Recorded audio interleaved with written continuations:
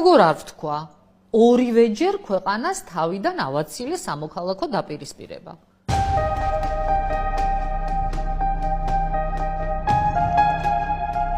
ჩვენ ეს გავაკეთეთ სამწუხაროდ 2003 წელს. რატო გააკეთეთ? კითხეთ სააკაშვილს.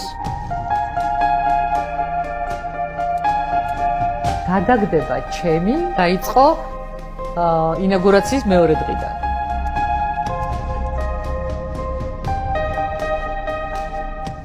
ზურაბ-ჟვანი. მე მისი იმედი მქონდა, მაგრამ მან მე მხარი არ დამიჭირა.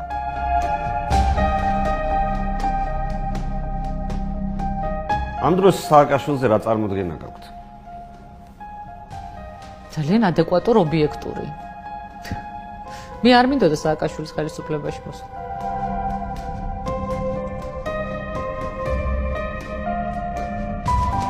ეხლა ამაზე მეც უნდა თქვა.